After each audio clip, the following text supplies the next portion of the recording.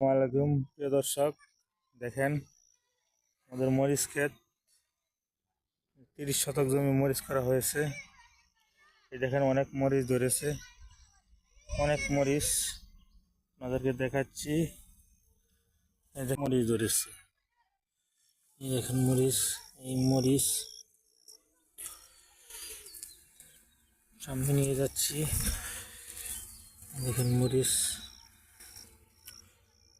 মরিচ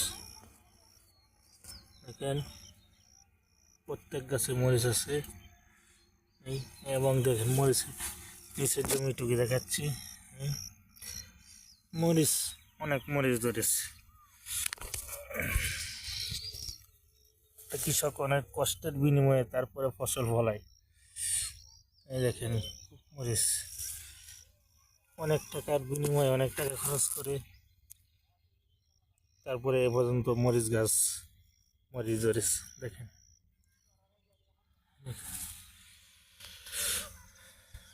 উপর দিয়ে দেখেন অনেক জোর করে আসছে, মাঝে মাঝে সজার চারাও আছে।